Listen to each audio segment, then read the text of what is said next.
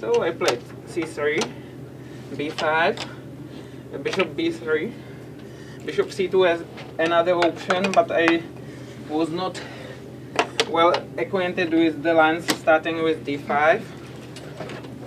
So I played this, d6, d4, bishop b6, bishop e3.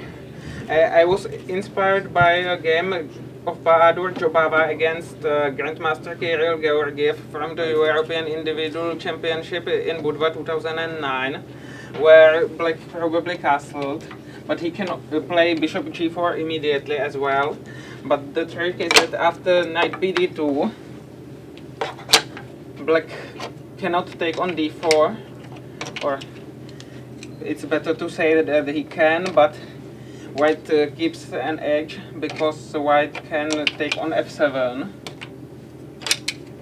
And if black recaptures with his king, white can continue queen b3 check with an idea to regain the piece, and bishop e6 loses immediately to knight g5.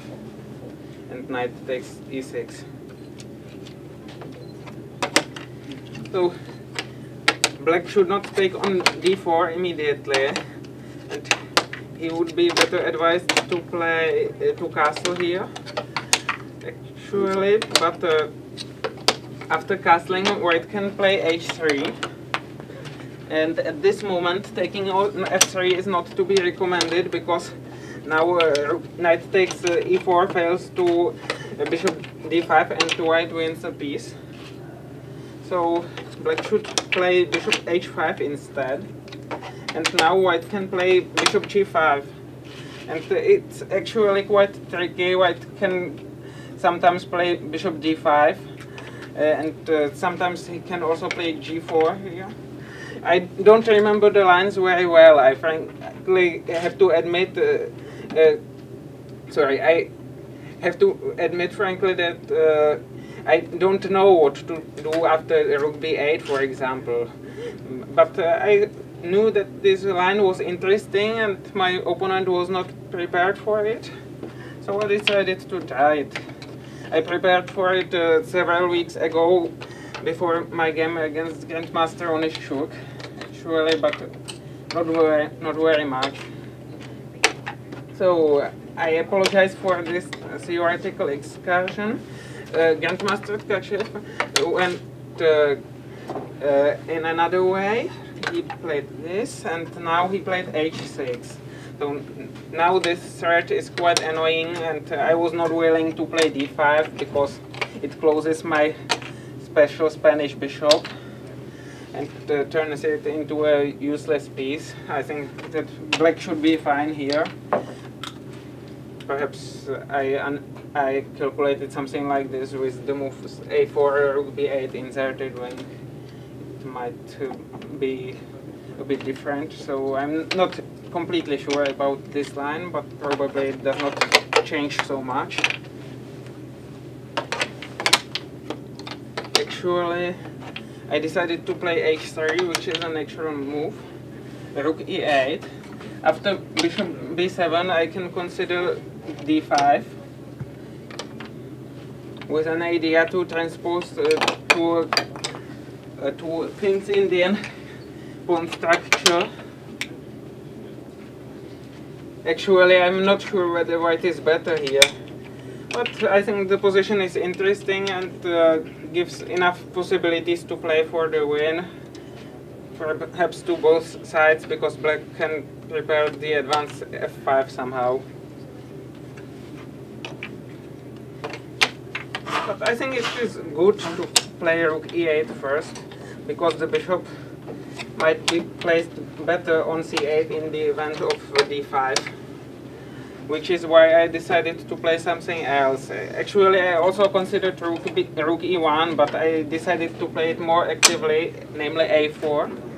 And my idea was to play d5 in the event of bishop b7, because at this line the position is a bit different. Black cannot take on e3 because he would lose a piece. It is a nice geometrical motif. the pawn makes 4 moves in a row. Sorry, black can play knight e7 in this position, but then he might have some problems with his doubled pawns on b5 and b6. I can attack them by playing queen e2 sometimes, and I think white has a slight advantage. Nothing special, but it's nice. But it is worth mentioning that black cannot take the pawn on e4 because he would lose an exchange in view of bishop d5.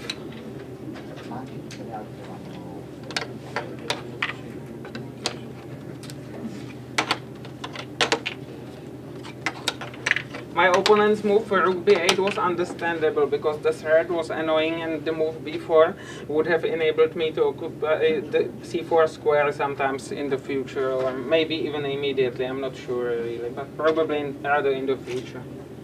Yes, so we played the rook b8. I took the pawn. I actually considered also playing rook e1, but I was not sure about b4. When knight c4 probably fails to something like this, when black is fine. And actually I thought that I would have to exchange these pawns on one day, so I decided to do it immediately, to play rook e1. And now at this position black took on d4. I think it was also interesting to play bishop b7, but it is probably a matter of choice. Sorry, the choice is a matter of taste. Well, I can play d5, but now the rook on a8 is already not hanging, so I have to take on e3 instead. I seriously considered playing c4 at this position, but it's not the only approach. One can also play something like this, or even knight e1, but c4 looks sound because white can then move his rook to the semi-open file c. I'm sorry for my English. I'm fully aware of my mistakes, but only after I tell them. So this is perhaps not the best way how to express it. Okay, so well, I forgot something. Now it's no, it isn't. Black took on d4, which is a logical move. Because now he gets counterplay against my center.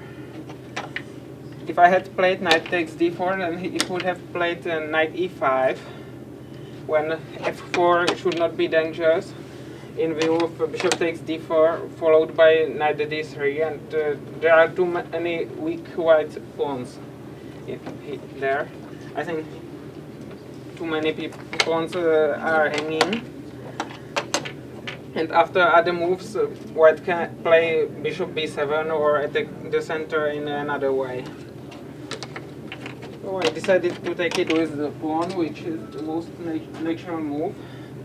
And now there followed knight a5. After bishop b7, I can again consider d5, which might be unpleasant for black. And knight b4 also has some drawback, but I have to recall which one. Well, I would have taken on f7. Actually, this position is not so clear because black can play, for example, bishop b7 and put one of his light pieces on d5, getting some counterplay, some compensation for the pawn, but I think it's not enough. This bishop is out of play.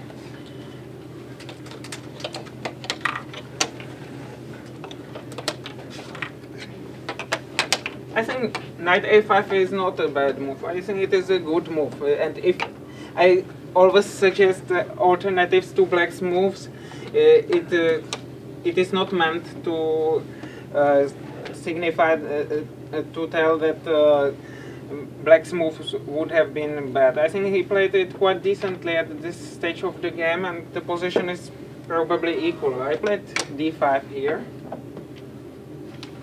and c6 is one of many possible choices here, but it's a good one again.